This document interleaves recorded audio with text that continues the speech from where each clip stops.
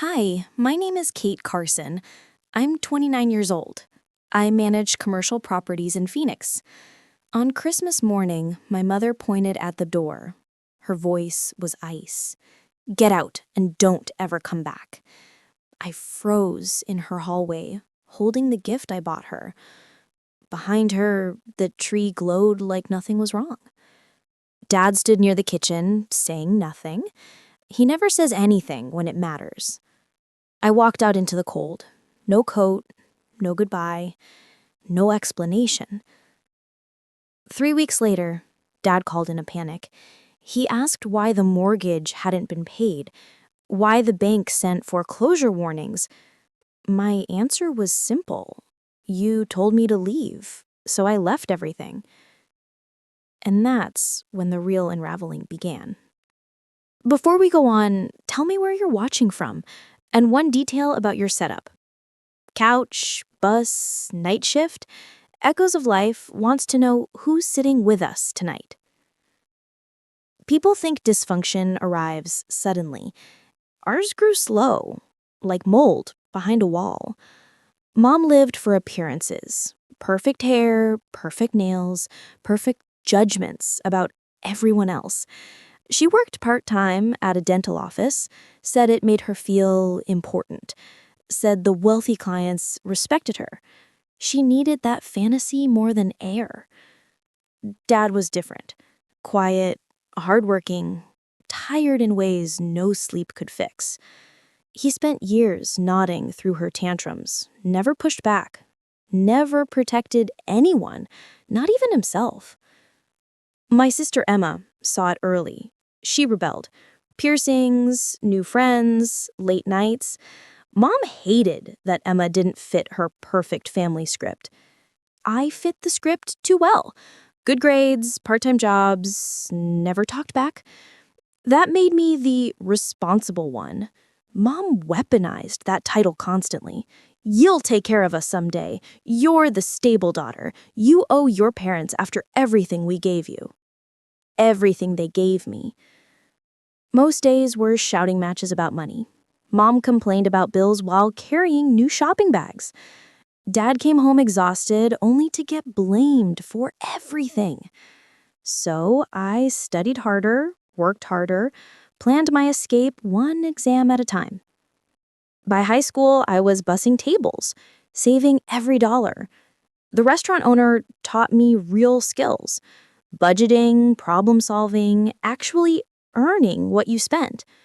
Mom called it cute, said it was temporary, said real success looked like luxury, not effort.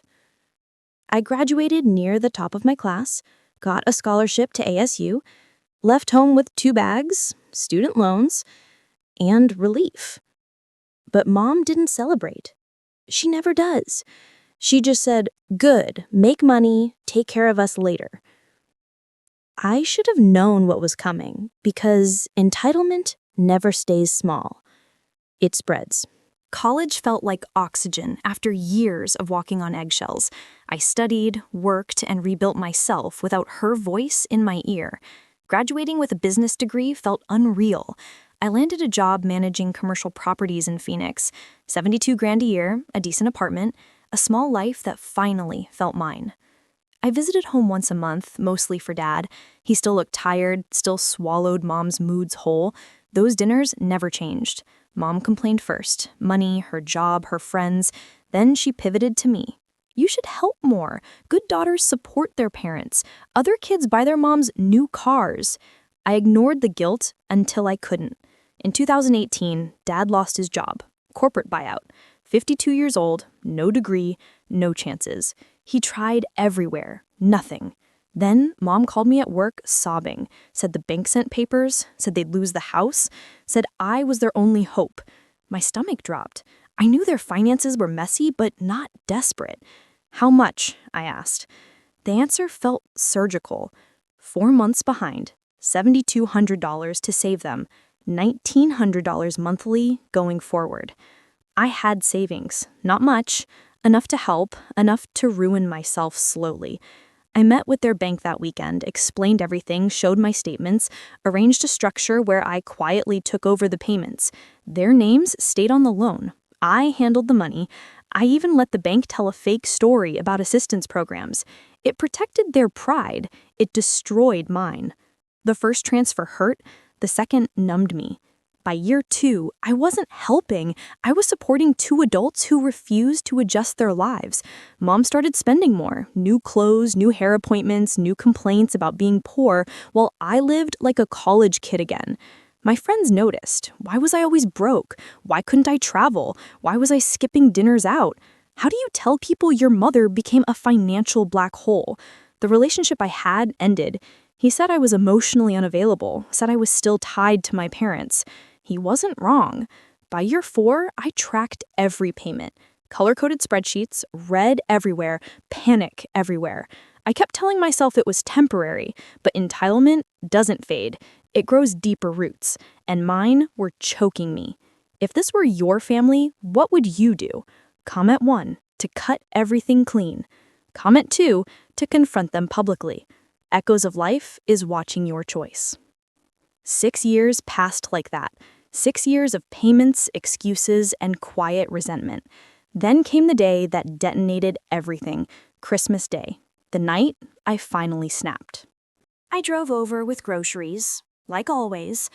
Steaks, wine, dessert, stuff I couldn't even justify buying for myself. The house looked different when I walked in. Too shiny, too new. A massive leather sectional dominated the living room.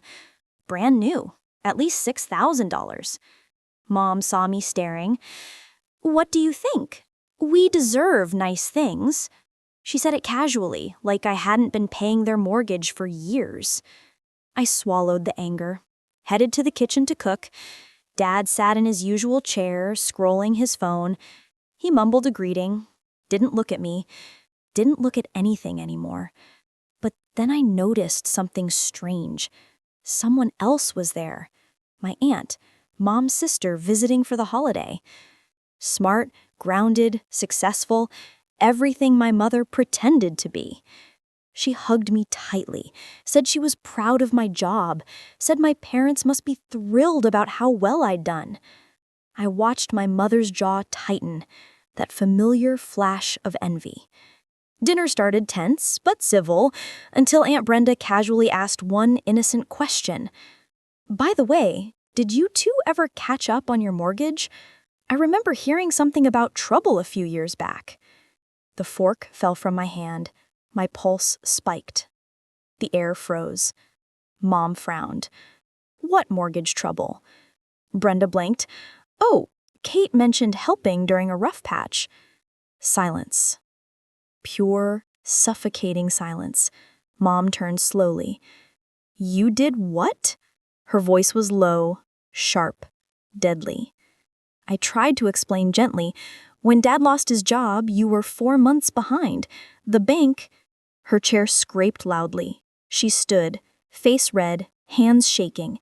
"You went behind our backs? You made us look pathetic. You think we can't manage our own lives?" I felt something inside me fracture. "I saved your house." My voice cracked. "You would have lost everything." Wrong thing to say. She exploded. Accusations, insults, years of bitterness unleashed at once. And then the words that changed my life forever. "Get out. Get out of my house, and don't ever come back."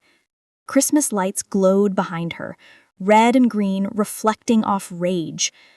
I walked out with nothing but my keys. Cold air hit me hard, but the cold felt cleaner than the home I left behind. I didn't know it then, but that door slam saved my life. I drove home in silence. No radio, no thoughts, just numbness. When I finally got inside my apartment, I stood there for a full minute, hands shaking, chest tight, the kind of exhaustion you feel in your bones. Then I opened my laptop, pulled up the bank's website. There it was, the mortgage transfer. 1 load, every month, 6 years of it. My finger hovered over cancel recurring payment. Her voice echoed in my head. Get out. Never come back. I clicked, then clicked again to confirm. Done. 6 years gone with 2 taps.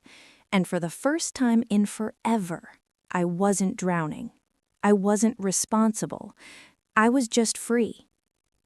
But old habits die hard. Curiosity still nudged at me, so I opened the county property records. What I found made my stomach knot. A home equity line opened 18 months earlier, $52,000 borrowed. Renovations, new appliances, furniture, all funded by a house I'd kept alive while I lived paycheck to paycheck.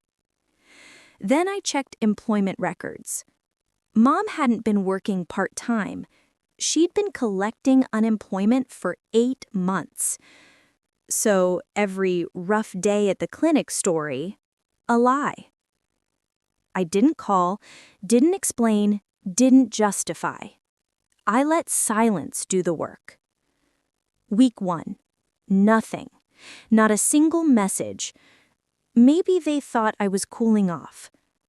Week 2, Dad texted. Hope you're okay. Your mom is upset. The mortgage didn't go through. Maybe a glitch. I ignored it. Week 3, the tone changed fast.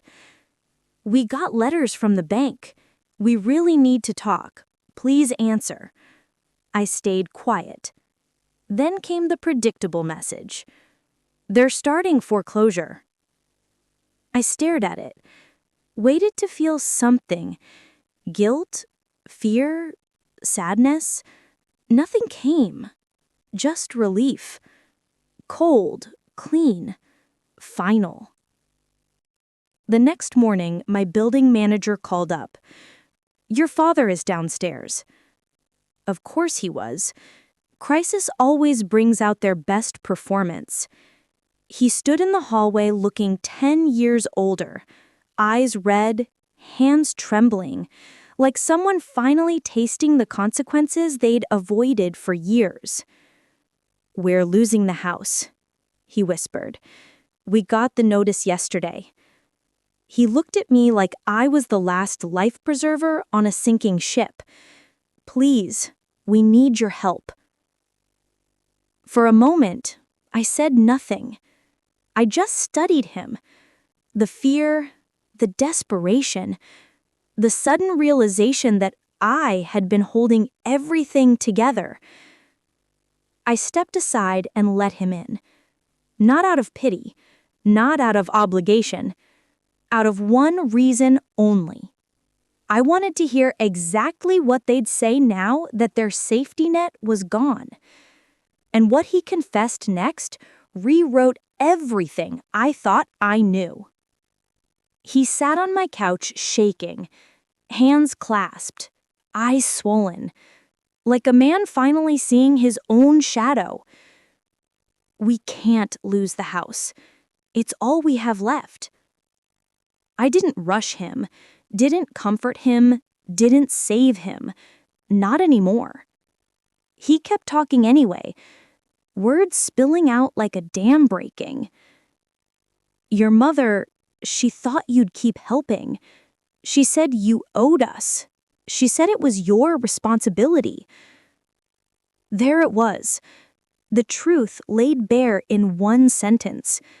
Not love, not gratitude, expectation, entitlement dressed as parenting. I never agreed with her, he said, voice cracking. But I didn't stop her either. I let her lean on you. I let you carry us. I knew it was wrong. I believed him, and that was the saddest part. He wasn't lying. He was confessing, years too late. What do you want from me? I asked quietly. Just one more chance, he said. Help us save the house. I shook my head, slow, final. No, I said, and the word didn't hurt this time. It felt like clarity, like oxygen. He crumpled, silent, defeated. Tell Mom I wish her well, but I'm done being the solution to problems she created. He stood up slowly, older than I remembered, smaller somehow. Is this really it? He asked. It was it the night she kicked me out. I said, you just didn't see it yet. He nodded, took one long breath, and walked out. I didn't follow, I didn't apologize, I didn't offer anything. I closed the door, locked it, leaned against it, and let the quiet settle. That was 3 months ago. They lost the house, moved into a small apartment, started over from nothing. Me? I bought my own place, paid entirely by me, lived entirely by me, peaceful, quiet, mine. Some endings don't feel triumphant. They just feel honest. And sometimes honesty is the closest thing to freedom we ever get. If this resonated, please like the video, share it with someone exhausted, and subscribe to stay for the next story on Echoes of Life.